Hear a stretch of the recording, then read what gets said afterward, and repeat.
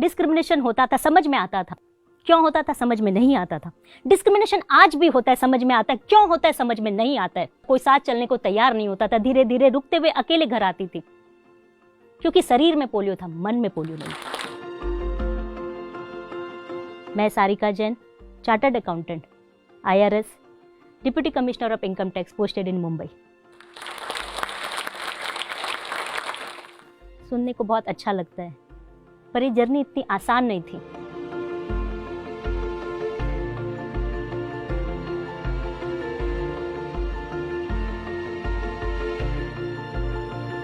Doctors को लगा malaria है, इंजेक्शन दे दिया, 50% बॉडी काम करना बंद कर दिया। 1.5 साल तक कोमा की स्थिति पे बेड पे पड़ी रही। 4 साल की एज में मैं चलना वापस से सीखी। लड़खड़ाते हुए, गिरते हुए, भागते हुए आगे फिर से मैं चलना शुरू किया।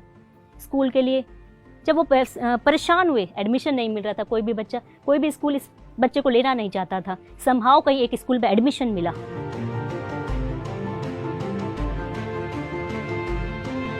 स्कूल जाती थी, रास्ते में कुछ बच्चे खेलते होते तो वो चिढ़ाते थे, लड़खड़ाते थे, एक्ट करते थे और पत्थर भी मारते थे। इग्नोर करती थी या उधर नहीं देखती थी। ऐसा लगता अगर आज मैंने इनको देख लिया, अपने आप को रोक लिया, तो मैं कभी आगे नहीं बढ़ पाऊंगी।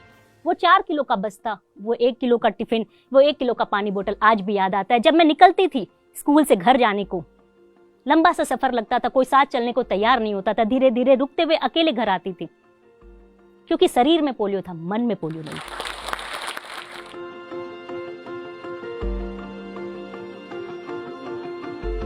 डिस्क्रिमिनेशन होता था, घर पे तो नहीं हुआ। डिस्क्रिमिनेशन होता था, समझ में आता था। क्यों होता था? समझ में नहीं आता था। डिस्क्रिमिनेशन आज भी होता है, समझ में आता है। क्यों होता है? समझ में नहीं आता है। उस समय फर्क पड़ता था और आज फर्क नहीं पड़ता है।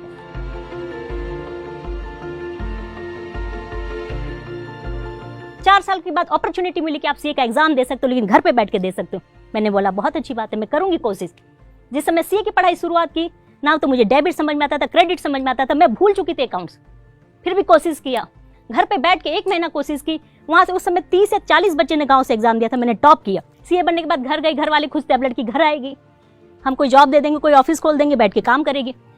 मैंने बोला नहीं पापा, मुझे IAS बनना है। घर पे पंचायत बैठ गई कि लड़की को शायद भूत चढ़ गया है, कैसी बहकी बहकी बातें कर रही है, हमारी जैसी फैमिली के बच्चे IAS बन सकते हैं।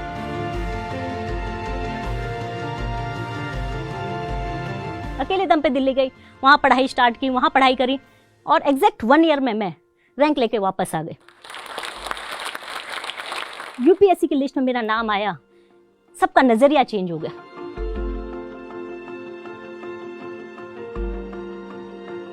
आपने बचपन में मारियो का गेम खेला होगा, बहुत सारे हडल्स आते हैं, 1-अप मिलता है, पावर मिलता है, दुश्मन आते हैं, पानी आता है, आग का गोला आता है, आप उसे पार करते करते खेलते जाते हैं।